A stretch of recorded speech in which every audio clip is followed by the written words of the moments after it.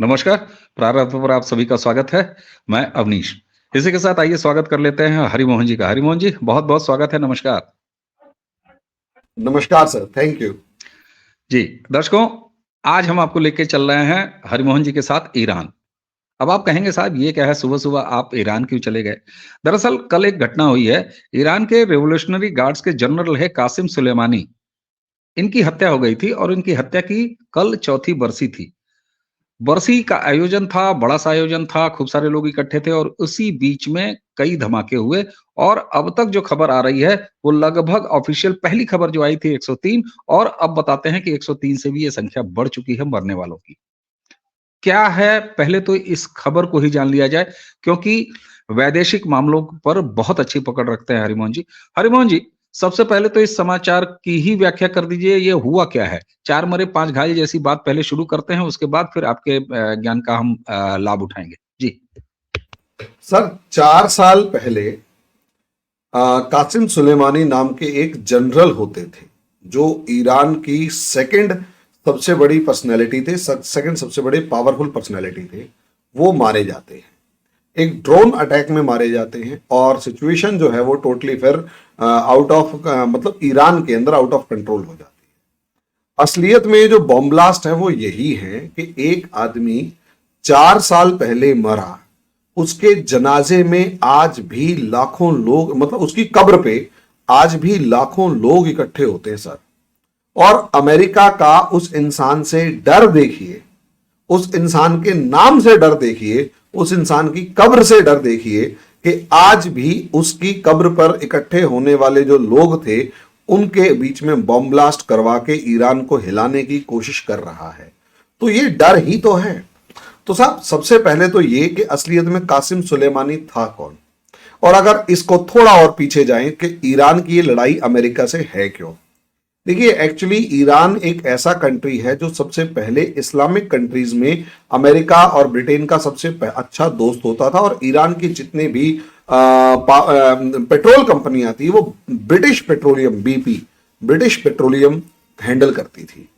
अब आप अंदाजा लगाकर देखिए, पूरे ईरान के तेल को बेच के खा रही है ब्रिटिश पेट्रोलियम, यानी ब्रिटिश कंपनी, और ईरान को उसका महज कुछ हिस्सा मिलता है जो शाह के पास है, बाकी किसी के पास नहीं। लेकिन एक प्रॉब्लम आई। प्रॉब्लम यह आई कि ईरान जो था वो सारे मुस्लिम कंट्रीज इजराइल के अगेंस्ट एक हो गए, और वो जब एक हुए तो उन्होंने पेट्रोल की सप्लाई को बंद कर दिया। अमेरिका ने इनसे बार्गेन करना चाहा तो साहब इन्होंने कहा $24 पर बैरल, जो किसी टाइम पर $2 पर बैरल था, $2-3 $5, वो $24 पर बैरल अगर हो जाए तो आप सोचकर देखिए, ऑयल एम्बार्गो जो था 1970s का, उसने इंडियन इकोनॉमी की भी को भी घुटनों के बल ला दिया था। यह हाल था इंडिया का। अब उसको इस तरीके से देखिए, अमेरिका ने इसी चीज को समझा और उसे वहां पर इस्लामिक वर्ल्ड में भी एक विलन खड़ा करना था, और वो विलन था ईरान। ईरान का शाह, जिसने पैसा देखकर सबसे पहले ब्रिटिश पेट्रोलियम वाली कंपनी को भगा दिया और सारे जितने भी ऑयल रिसोर्सेज थे उनको नेशनलाइज कर दिया। जैसे ही सर नेशनलाइज किया, लंदन में बैठा हुआ एक बंदा खामेनेई, जो प्रीचेस दे रहा है इस्लाम के नाम पर, उसको समझाया जाता है बिल्कुल वैसे ही जैसे ओसामा बिन लादेन यूरोप की सड़कों के ऊपर आराम से मौज काट रहा है 16-17 साल की उम्र में। एकदम से वो दाढ़ी बढ़ा के टोपी पहन के आ जाता है और पूरी दुनिया हिला देता है। वही ऐसा ही कुछ खामेनेई का किया। खामेनेई आया, आते ही उसने रेवोल्यूशन किया और ईरान में हो गया साहब रेवोल्यूशन। और ईरान में जैसे ही रेवोल्यूशन हुआ, सत्ता को उखाड़ के फेंक दिया, लोगों को धर्म के नाम पर बढ़ावा दिया। सर, यहां से पूरे का पूरा सिचुएशन इस तरीके से क्रिएट हुई कि ईरान जो है उसने ये इसी खामेनेई ने डिक्लेयर किया कि मैं इस्लामिक रेवोल्यूशन लाऊंगा, और ये जितने भी मुस्लिम रूलर्स बैठे हुए हैं, शाह वगैरह, सारे के सारे काफिर हैं। ये रूल तो होना ही नहीं चाहिए, इस्लामिक रूल होना चाहिए, अल्लाह का रूल होना चाहिए साहब। इस एक स्लोगन ने सऊदी अरेबिया, अरब वर्ल्ड से लेकर जितना भी मिडल ईस्ट था, सारे के सारे सिस्टम्स को डरा दिया कि भाई असलियत में अगर ईरान वाली इरानियन रेवोल्यूशन पूरे मिडल ईस्ट में फैल गई तो सत्ता तो खत्म हो जाएगी सबकी, और सब जगह खामेनेई और ईरान जो है वो डोमिनेट कर जाएगा। याद कीजिए, उसके बाद जब अफगान वॉर शुरू हुआ तब तक तो सब शांत था, लेकिन जैसे ही अफगान वॉर खत्म हुआ, सद्दाम हुसैन यानी ईरान इराक वॉर शुरू हो गया था, और उस टाइम पर सद्दाम हुसैन को अमेरिका सपोर्ट कर रहा था। बाद में सद्दाम हुसैन फ्रस्ट्रेशन में आया और कुवैत पे कब्जा कर लिया, तब सद्दाम हुसैन के अगेंस्ट वेपन्स उठाने शुरू किए गए थे। यह स्टोरी है। अब यहां पर एक बंदा कासिम सुलेमानी था जो खामेनेई वाली सरकार के टाइम पर, या खामेनेई की जब सरकार आई तो महज 17 साल का था और आर्मी में भर्ती हो गया बेसिक ट्रेनिंग के बाद। जब ईरान से लड़ाई हो, ईरान इराक वॉर हो रहा था, तब उसने अपनी फोर्सेस को लीड किया और वहां से खुद इस ईरान ने सद्दाम हुसैन के चारों तरफ, या यूं कहें अरब वर्ल्ड के चारों तरफ शिया क्रेसेंट बनाने का जो प्लान किया, उसमें कासिम सुलेमानी का रोल इंपॉर्टेंट तौर पर दिखाई देने लग गया। जो ईरानियन सोसाइटी का हीरो था, अब वो कुद्स फोर्सेस खड़ी कर रहा है। यहां साहब समझिए, इजराइल के खिलाफ उसकी, जिसे कहते हैं ना, बिल्कुल नाक के नीचे, या यूं कहें नाक के सामने, बिल्कुल हिजबुल्लाह को खड़ा करने वाला कासिम सुलेमानी। शिया जो सीरिया है, सीरिया के अंदर बशर अल असद को सपोर्ट किए रखने वाला, उसके एक्सट्रीम सिचुएशंस में भी खड़ा रखने वाला कासिम सुलेमानी। उसके बाद इराक के अंदर शिया जो राइट्स हैं, शिया जो राइट्स हैं उनको बचाए रखने के लिए जो ऑर्गेनाइजेशन, जो लड़ाके खड़े कर रखने वाला कासिम सुलेमानी। ईरान के राइट्स को जो क्या नाम है, इवन सऊदी अरेबिया में भी सिक्योर रखने वाला कासिम सुलेमानी। सऊदी अरेबिया में जहां पर पेट्रोल के रिजर्व्स हैं, ऑयल रिजर्व्स हैं, वहां पर शिया डोमिनेंस है, और शियाओं के एक धर्मगुरु को 16 या 17 के अंदर ईरान ने फांसी दे दी थी। और उसके बाद ईरान के अंदर जो सऊदी अरेबिया के अगेंस्ट ईरान के रिलेशंस जो हैं इस लेवल पर पहुंच गए कि अपने डिप्लोमेटिक रिलेशंस तक खत्म कर लिए। लेकिन उसके बाद एकदम से ईरान ने हमला नहीं किया। याद कीजिए, यमन की तरफ से हूती रिबेल्स ने हमला किया था, जो आज रेड सी पे हमला कर रहे हैं। ये वो कासिम सुलेमानी था जिससे अमेरिका, मिडल ईस्ट का इकलौता ऐसा बंदा जिससे अमेरिका डरता था, और उसने अमेरिका की नाक में दम कर रखा था। अमेरिका के आईएसआईएस वाले प्लान को अगर किसी ने खत्म किया तो वो कासिम सुलेमानी था, अमेरिका ने नहीं। याद कीजिए, अमेरिका ने 4,500 बॉम्ब गिराए थे आईएसआईएस के ऊपर। आईएसआईएस खत्म नहीं हुआ था सर, और उसे रोक के रखना और इराक के बहुत सारे इलाकों से भगाना जो था, कुद्स फोर्सेस का जो रोल था, वो कासिम सुलेमानी का था। आप सोचकर देखिए, एकदम से पुतिन की एंट्री हुई, सिर्फ 6 मिसाइलें। कहां अमेरिका ने 4,500 बम गिराए, कुछ नहीं हुआ। पुतिन ने सिर्फ 6 मिसाइलें गिराई थी, पूरा आईएसआईएस खत्म। उस आईएसआईएस को ग्राउंड लेवल पर खत्म करने का काम कासिम सुलेमानी का, और हाईएस्ट लेवल पर खत्म, ऊपर से खत्म करने का काम पुतिन का। अमेरिका तो गेम खेल रहा था कि कैसे भी करके इस इलाके के अंदर एनआरकी लेके आओ और मेरा रूल आ जाएगा, मेरे को लड़ने का मौका मिल जाएगा, बैटल ग्राउंड मिल जाएगा, रूल आ जाएगा। यही करता था। अमेरिका को फेल करने वाला कासिम सुलेमानी था, उसको एक ड्रोन अटैक में मार दिया गया 2020 के अंदर, जनवरी 2020 के अंदर। कल 3 जनवरी को उसका लगभग पूरा 1 साल हो रहा था, न्यू ईयर गिफ्ट की फॉर्म में जब अमेरिका ने दिया था ईरान को। तो उसके बाद आप देखेंगे सीरीज में खबरें आई, 2 साल के अंदर इजराइल ने कभी उनके फखरीज़ाद नाम के न्यूक्लियर साइंटिस्ट को मार दिया, कभी न्यूक्लियर फैसिलिटीज के अंदर अटैक हो गया, कभी कुछ हो गया, कभी कुछ हो गया। ये सब चीजें थी। लेकिन आज भी इस कासिम सुलेमानी से क्यों डरते हैं, उसकी नाम से क्यों डरते हैं, सोचकर देखिए। कासिम सुलेमानी को गए हुए 4 साल हो गए हैं, लेकिन जैसे ही हमास और इजराइल की लड़ाई होती है, हिजबुल्लाह ने इजराइल के ऊपर अटैक करने शुरू कर दिए, और जब हमास कमजोर पड़ने लगा तो हुतीज ने रेड सी पर अटैक करने शुरू कर दिए। और हुतीज का डर सऊदी अरेबिया वालों में इतना है, ये हुतीज कासिम सुलेमानी के ही खड़े किए हुए हैं।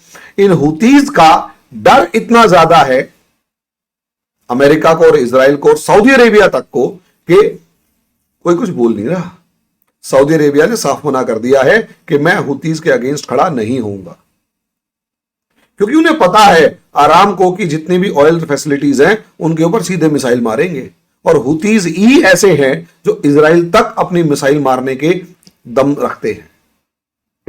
तो सोचकर देखिए एक बंदे ने कितना बड़ा इंफ्रास्ट्रक्चर डेवलप किया, जैसे हम या आप टेररिस्ट ऑर्गेनाइजेशन कह सकते हैं, लेकिन वो उनकी नजर में देखो या एक ईरानियन की नजर में देखो तो वो वॉर हीरो, वो एक हीरो है, वॉर हीरो है, जिसने ईरान के राइट्स को सेव किए रखने के लिए अपने एस्टेब्लिशमेंट्स खड़े कर दिए, शियाओं के राइट्स को सेव करने के लिए वहां पर अपने एस्टेब्लिशमेंट खड़े कर दिए, और आज के दिन रेड सी में अमेरिका के पसीने छूटे हुए हैं, आज के दिन इजराइल के पसीने छूटे हुए हैं, यूरोप के पसीने छूटे हुए हैं, कि इंडिया के पसीने छुड़वा दिए साहब। हमारे डॉक्टर एस जयशंकर साहब जब रशिया गए हैं तो रशिया जाने के पीछे का रीजन क्या है?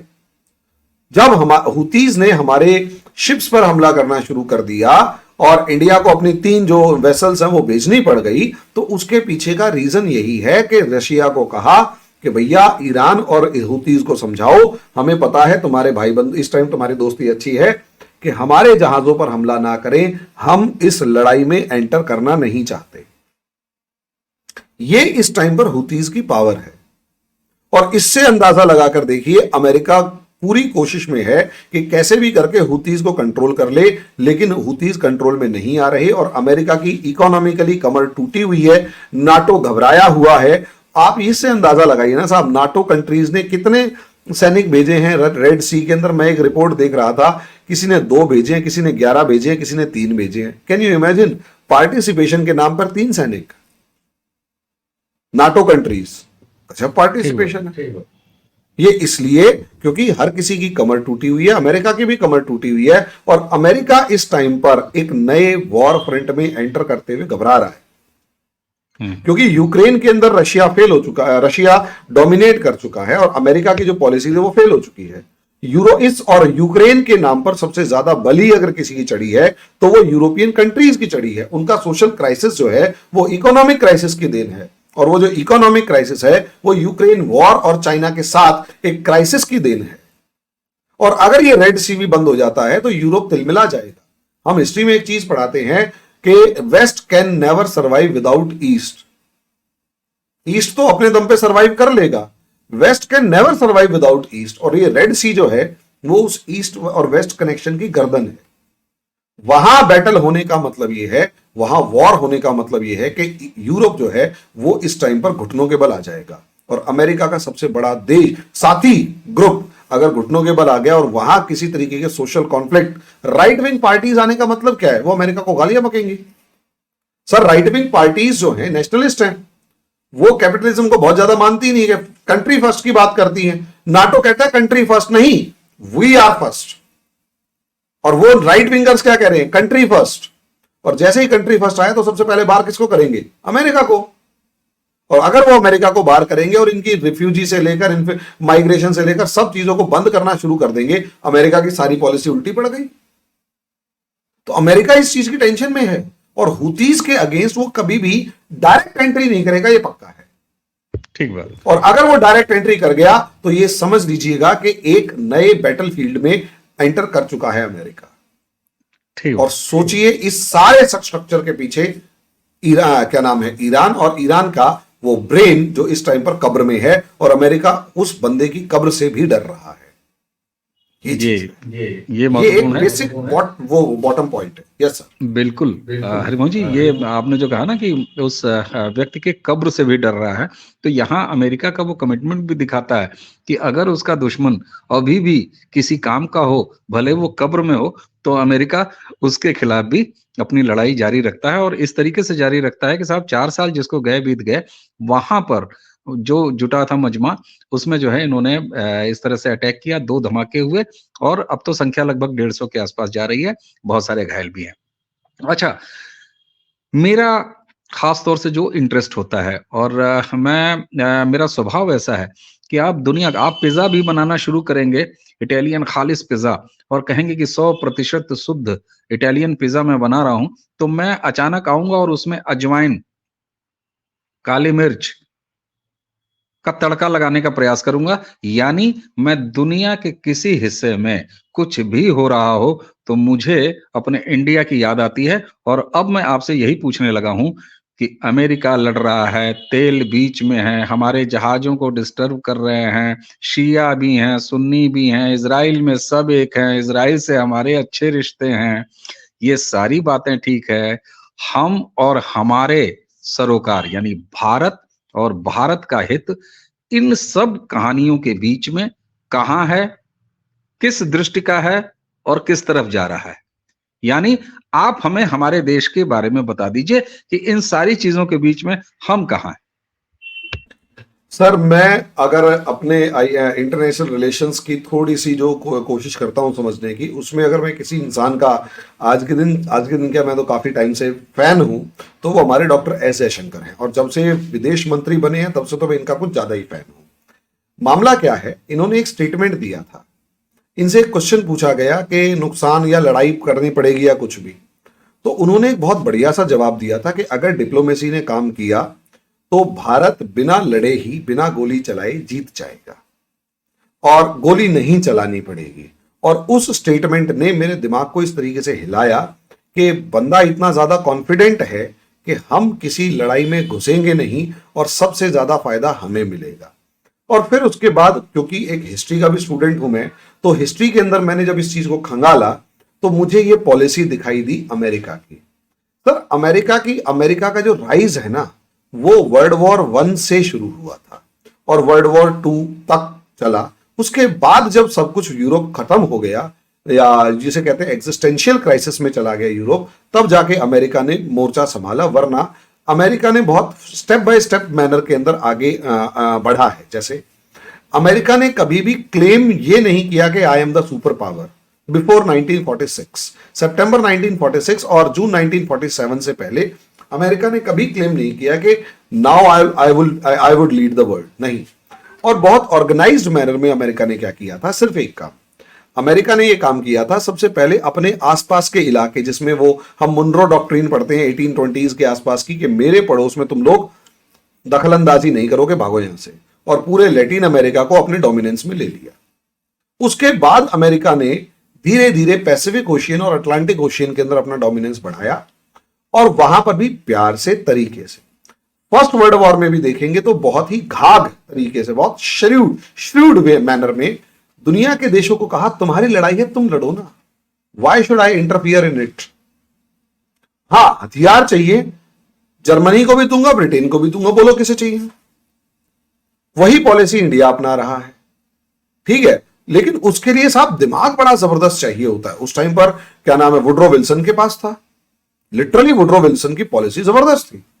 और आप इससे अमेरिका की समझदारी देखिए, लीग ऑफ नेशंस बना। लीग ऑफ नेशंस बनने में अमेरिका यह कहता है कि हां, हम इस लीग ऑफ नेशंस से यूरोप में शांति बनाए रखने की कोशिश करेंगे। लेकिन अमेरिकन कांग्रेस में जब डिबेट होती है, वो साफ कहते हैं हम लीग ऑफ नेशंस में एंटर क्यों करें, बस एक रीजन बता दो। अगर हम लीग ऑफ नेशंस में एंटर कर जाते हैं तो इसका सीधा मतलब यह है कि हमें यूरोप के हर मामले में दखल देना पड़ेगा। We are not interested. वही चीज इंडिया कर रहा है कि यार, हम तुम्हारे नाटो का मेंबर क्यों बने, हम लोग तुम्हारे क्वाड का मेंबर क्यों बने, हम तुम्हारे और बाकी पचड़ों का मेंबर क्यों बने। जब अगर हम मेंबर बनेंगे तो हमें हर उस मामले में इंटरफियर करना पड़ेगा जो हमसे रिलेटेड है ही नहीं। सेकेंड वर्ल्ड वॉर में भी यही था। अच्छा, मजे की बात यह, अमेरिका हिटलर को भी सपोर्ट कर रहा था और सब चीजें। अमेरिका ने कभी जर्मनी से लड़ाई नहीं करी, ना इटली से लड़ाई करी। अमेरिका की लड़ाई जापान से थी, इंडिया की लड़ाई सिर्फ चाइना से है। अमेरिका ने कंसंट्रेट सिर्फ जापान को किया, इंडिया का कंसंट्रेशन सिर्फ चाइना है। बाकी क्या हो रहा है हमें कोई मतलब नहीं है। मतलब सिर्फ इतना है, मेरे दामन में आग नहीं लगनी चाहिए, उस आग की लपटें मेरे घर के आसपास, उसका धुआं क्या, उसकी थोड़ी सी राख भी उड़ के नहीं आनी चाहिए। और जो हम अभी देख रहे हैं रेड सी क्राइसिस में, वो डिप्लोमेसी यही तो है कि हुतीज को साफ कह रखा है, देख भैया, इंडिया का झंडा लगा हुआ होगा और गलती से तूने चला दिया तो अच्छा नहीं होगा। तेरी लड़ाई अमेरिका से है, मार उसको पकड़ के, मेरे बाप का कुछ नहीं जाता। इजराइल से है, मार पकड़ के, किसी से लड़ना है करो, तुम्हारी लड़ाई है, मेरी नहीं है। क्योंकि मैं एंटर किया तो बेटा बुरी तरह दूंगा तुझे, और सारा तुम सबका खेल बिगड़ेगा। इसलिए कृपया करके मुझे दूर रखो। अभी आपको याद होगा 2-3 दिन पहले इंडिया के शिप के ऊपर एक ड्रोन अटैक हुआ था, और हमारे रक्षा मंत्री ने साफ कहा था, राजनाथ सिंह जी ने साफ कहा था कि जी समंदर की गहराइयों से ढूंढ के निकालूंगा मैं किसने क्या किया है। यस, बिल्कुल साफ कहा है। और उसके पीछे का रीजन भी है कि समंदर की गहराइयों से क्यों, क्योंकि वो देखना चाहते हैं कि हुतीज का रॉकेट है, ईरान का रॉकेट है, या अमेरिका ने कुछ गेम खेल रखा है। क्योंकि नॉर्थ स्ट्रीम के अंदर अमेरिका ने गेम खेला था। अगर अमेरिका ने गेम खेल रखा है तो उसकी खाट खड़ी करेंगे, क्योंकि अमेरिका चाहता है कि इंडिया भड़के और हुतीज के मामले में इंटरफियर करे, ताकि अमेरिका ये पूरी लड़ाई इंडिया के कंधे पर डाल के भाग जाए। और इंडिया को कहे, इंडिया भाई तू लड़, मैं हथियार देता हूं। इंडिया इस चीज को बहुत अच्छे से समझ रहा है। इसलिए रशिया का दौरा किया गया, और रशिया में पुतिन साहब आके खुद मिले रक्षा मंत्री से, जो कि नॉर्मली नहीं मिलते किसी मंत्री से, प्रोटोकॉल तोड़ के मिले। उसके पीछे का सर रीजन ही ये है, एग्जैक्टली उसके पीछे का रीजन ये है कि पुतिन से ये बात की गई है कि देख भाई, हमारी कोई लड़ाई नहीं है, हमसे नहीं लड़ना, और हम इंटरफियर करेंगे भी नहीं। तुम जानो वो सब जाने, मेरे जहाज चुपचाप निकल जाने चाहिए। और अगर कुछ हुआ तो देखो फिर हम क्या करेंगे, फिर हम किसके अगेंस्ट जाएंगे वो हम डिसाइड करेंगे। और कोई, अमेरिका चाहता है इंडिया एंटर करे, ईरान और रशिया कभी नहीं चाहेंगे इंडिया यहां एंटर करे, क्योंकि वो सब जानते हैं कि इंडिया अगर एंटर किया तो वो अमेरिका की तरफ से करेगा, और अमेरिका जानता है कि इंडिया अगर एंटर किया तो अमेरिका की तरफ से करेगा, क्योंकि वहां हुतीज और सोमालियंस के अगेंस्ट लड़ने के अलावा आपके पास ऑप्शन नहीं है ना। इसलिए झंडे की रिस्पेक्ट करवाने गए हैं कि हमारे झंडे की रिस्पेक्ट जैसे यूक्रेन में हुई थी, वैसे ही वो झंडे की रिस्पेक्ट यहां होनी चाहिए। और ये एक रीजन है, और वो पूरा का पूरा इस टाइम पर इंडिया का क्लियर एजेंडा है साहब, हमें किसी से लड़ाई नहीं करनी है, और ना हम करने वाले। ईरान भी हमारा दोस्त है, कल को उससे भी तेल खरीदेंगे। और वो जो नॉर्थ साउथ है, जो ट्रांसिट कॉरिडोर है इंटरनेशनल INSTC, उसको बनाना है। ईरान भी सब समझ रहे हैं, सब। ओमान भी समझ रहा है कि इंडिया से पंगा नहीं लेना, और इंडिया भी पंगा नहीं लेगा, लेकिन बस कंट्रोल करके। सर बिल्कुल। कहते हैं ना कि आपने इटालियन पिज्जा में मैंने जो अजवाइन और काली मिर्च की छौंक लगाई, तो आपने उसका बड़ा डिटेलिंग किया और रेशा रेशा बिल्कुल क्लियर हो गया।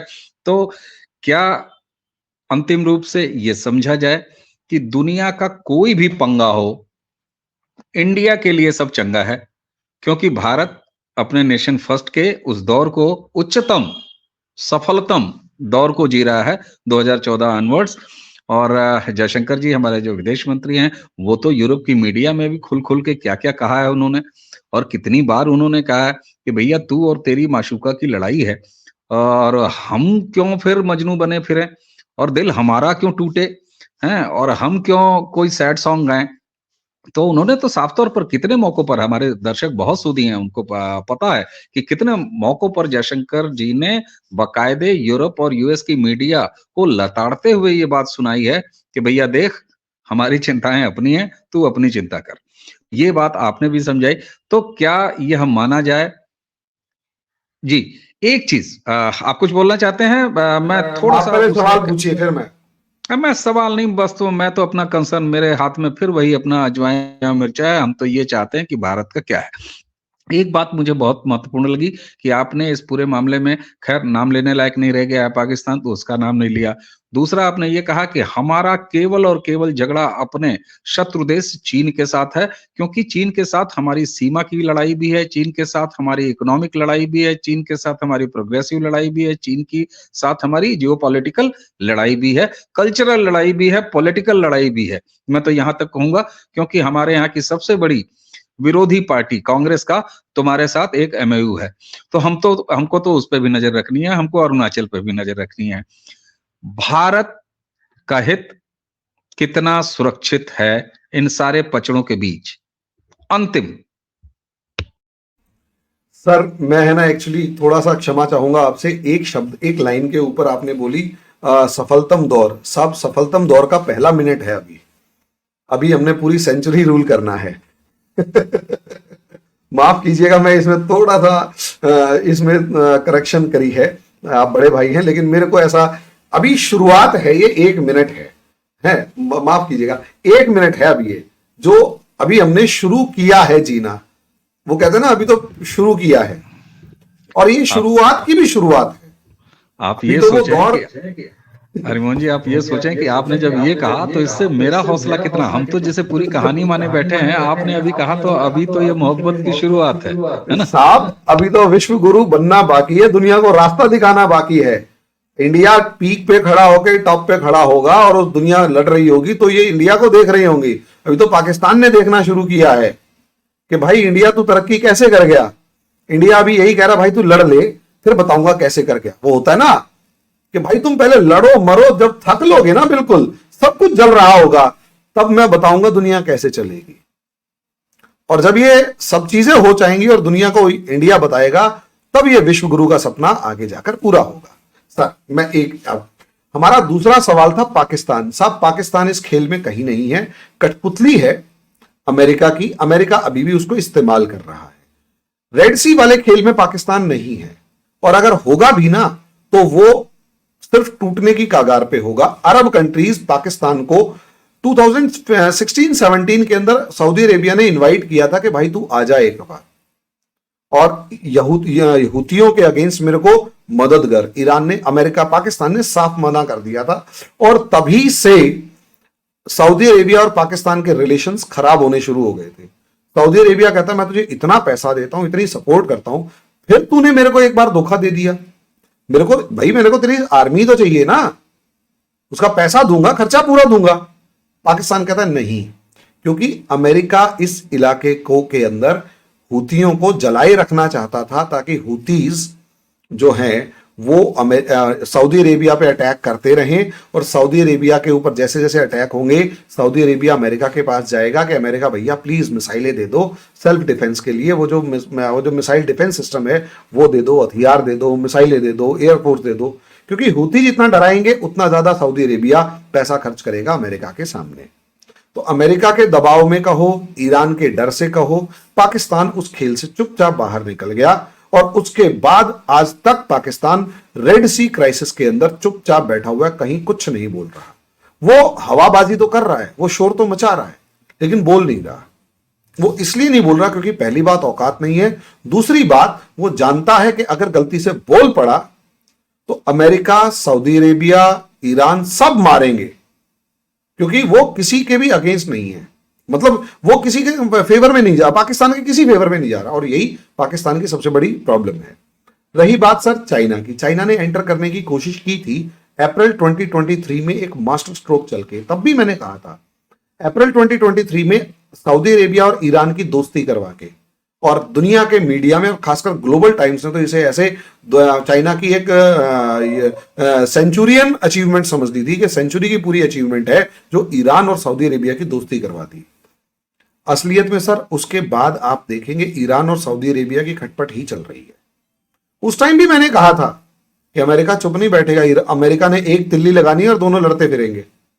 और हुती रिबेल्स अगर सबसे ज्यादा नुकसान पहुंचा रहे हैं तो हमें क्या लगता, हम सबको लग रहा है कि वो सऊदी अरेबिया को पहुंचा रहे हैं, नहीं, और ईरान को पहुंचा रहे हैं, नहीं, इजराइल को नहीं पहुंचा रहे, अमेरिका को नहीं पहुंचा रहे, सबसे ज्यादा नुकसान सऊदी अरेबिया को पहुंचा रहे हैं। बस हो गई लड़ाई सऊदी अरेबिया ईरान की। पाकिस्तान यहां कुछ नहीं है, चाइना कुछ नहीं है, चाइना बाहर है।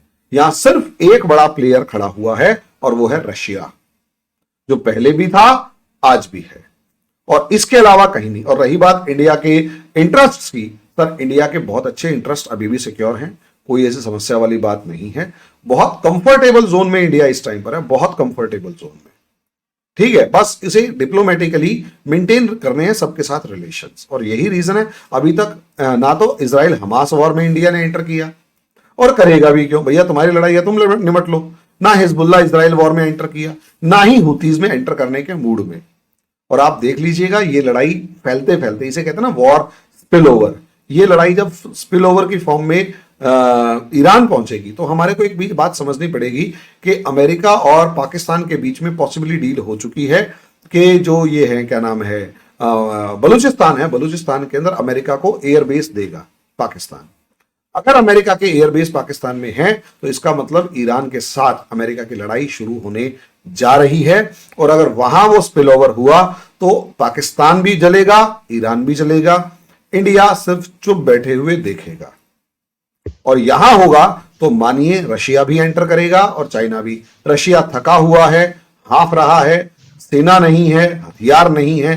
चाइना जो है वो तैयारी ताइवान में करेगा। और पॉसिबिलिटी अभी भी है कि अगर यहां वॉर स्पिल ओवर हुआ तो पॉसिबिलिटी पूरी है सऊदी अरेबिया और अब ईरान आपस में झगड़ते हुए नजर आएंगे, किसी मैटर पे तिल्ली लगेगी। और इन द लास्ट एक चीज होगी कि जब दोनों आपस में लड़ रहे होंगे ना सर, तो उसका नेक्स्ट लेवल ये आएगा कि चाइना जो है उसको मौका मिल जाएगा ताइवान से पंगे लेने का। और जैसे ही वो ताइवान से पंगे लेने का मौका मिलेगा, यहां इंडिया के पास सिर्फ एक चांस है, अक्साई चीन और पीओके। इंडिया के दो ऑब्जेक्टिव्स के अलावा तीसरा कोई ऑब्जेक्टिव नहीं है। ज्यादा लड़ाई होगी तो तिब्बत की आजादी, ताकि बफर स्टेट की फॉर्म में स्टैब्लिश किया जा सके, इसके अलावा कुछ नहीं। इंडिया नहीं लड़ना चाहता और लड़ेगा भी नहीं, देख लीजिएगा, बिल्कुल वैसे ही है। हाँ, फ्रस्ट्रेशन में चाइना कोई बेवकूफी दिखा जाए कि आबैल मुझे मार, फिर तो मैं कुछ कह ही नहीं सकता और फिर तो चाइना ही बर्बाद होगा क्योंकि चारों तरफ से फंसेगा। वरना मुझे नहीं लगता कि इंडिया के पास कोई रीजन है इस पूरी वॉर के अंदर लड़ने का। वो वॉर पोस्चरिंग तो करेगा और वॉर पोस्चरिंग कर रहा है। अभी भी अगर आप देखोगे पाकिस्तान की बॉर्डर के ऊपर इंडियन आर्मी की इंक्रीमेंट हो चुकी है। और अगर आप करना चाहें तो हम इस चीज के ऊपर भी डिस्कस कर सकते हैं कि क्या इंडिया पाकिस्तान का वॉर शुरू होने वाला है। पॉसिबिलिटी हाँ, क्योंकि वो इंडिया पाकिस्तान के वॉर में एक प्लानिंग अलग है, वो कभी हम डिस्कस कर सकते हैं वो, क्योंकि पाकिस्तान की आर्मी भी बॉर्डर पे दिखाई देना शुरू कर चुकी है और इंडिया की भी जो आर्मी है वो बॉर्डर पे जा चुकी है और दोनों आपस में एक वार पोस्चरिंग कर रहे हैं। और उसके पीछे का दूसरे बहुत सारे रीजन है इस पे, लेकिन इंडिया मुझे बचता हुआ नजर आ रहा है। इंडिया के पास कोई रीजन नहीं और दुनिया में किसी के पास कोई रीजन नहीं है इंडिया से लड़ने का, और इंडिया के पास कोई रीजन नहीं है किसी से लड़ने का, क्योंकि हमने चाइना के साथ वॉर को एस्केलेट नहीं किया है उस लेवल पे कि डू और डाई। लेकिन चाइना ने बेवकूफी करके साउथ चाइना सी और ताइवान और जापान के साथ वार को उस लेवल पर एस्केलेट कर लिया है कि वहां से बच पाना मुश्किल है। हाँ, इंडिया जो सबसे बढ़िया काम कर रहा है ना, अपने हथियार बना के उनको कह रहा है भाई खरीदेगा, और वो कह रहे हैं हाँ भैया दे दे। और साहब जब जरूरत पड़ती है ना तो डिमांड होती है। तो अमेरिका भी बहुत सारी सप्लाई नहीं कर पा रहा, तो पाकिस्तान जैसे देशों को कह रहा है भाई प्लीज। तो इंडिया कह रहा है पाकिस्तान क्यों, मैं हूं ना और बढ़िया और सस्ते दूंगा, मारो। तो इंडिया इस ताक में है, वरना मुझे रीजन नजर नहीं आ रहा लड़ाई का कोई एक रीजन। म्यांमार को सिक्योर कर चुके हैं हम लोग, नेपाल के ऊपर कोशिश है, भूटान के ऊपर कोशिश है, बर्मा सॉरी बांग्लादेश वहां पर एक सिक्योर गवर्नमेंट बैठी हुई है। मालदीव्स में थोड़ा सा मुइज्जू आया था लेकिन उसकी भी सरकार उखड़ती हुई नजर आ रही है। श्रीलंका ने कह दिया है 1 साल तक चाइना का कोई भी शिप आएगा नहीं। पाकिस्तान अपनी समस्याओं में है। मुझे कोई रीजन इसलिए नजर नहीं आ रहा कि चारों तरफ से जब आप सेफ हो, सिक्योर हो, तो क्यों पंगे लोगे। और चाइना को कहेगे भैया मेरे से क्या लड़ रहा है, तू जाके ताइवान पे कब्जा कर लेना। बिल्कुल ठीक तो लड़ेंगे अमेरिका और चाइना। और इस बहाने जो है आपने कहा तो उससे मैं एक बात मुझे निकालने का मौका मिल गया कि चाइना को इंडिया कहेगा भैया जा ताइवान पे देख ले, और चाइना को ताइवान की तरफ उसका मुंह करके इधर हमारे पास 2 मरहले हैं, एक वो जो चीन जिसके पीछे अक्साई लगा हुआ है और दूसरा हमारा पीओके का बाकी बचा हुआ हिस्सा। तो ये बात बिल्कुल समझ में आती है और दर्शकों की बहुत सारी मांग थी और बहुत सारी डिमांड थी। हमने जब आपके साथ हरमोहन जी पिछले वीडियो किया था तो रेड सी क्राइसिस को एड्रेस करने का, तो दर्शकों सुलेमान के बहाने ही उनकी 4वीं बरसी पर इतने सारे लोगों के मारे जाने, हालांकि दुखद है किसी का मरना कहीं भी। और जैसे कि हरमोहन जी ने कहा कि इंडिया किसी से लड़ाई नहीं चाहता, हमें विश्व गुरु बनना है, हमें विश्व ताकत तो बनना नहीं है ना, वर्ल्ड पावर हमें बनना नहीं है, सुपर बॉस हमें बनना नहीं है। भारत तो ज्ञान की धरती है, संस्कार की धरती है, शांति प्रिय धरती है और अपने भीतर भी शांति चाहता है और अब वैश्विक स्तर पर भी शांति चाहता है, लेकिन उस शांति के नीचे सब कुछ शांत चाहता है, यानी अपने हितों की भी पूरी तरीके से रक्षा चाहता है और चाहता ही नहीं है बल्कि आगे बढ़ के कर रहा है। जी हरमोहन जी। अमेरिका की जो आदत है, अमेरिका जैसी पीस नहीं चाहिए जो पीस का ढोंग करके सिर्फ लड़ता है।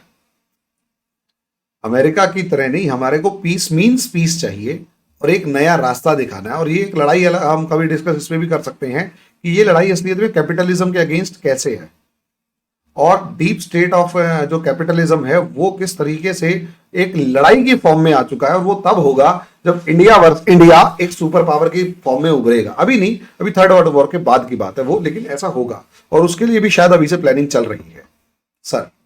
बिल्कुल।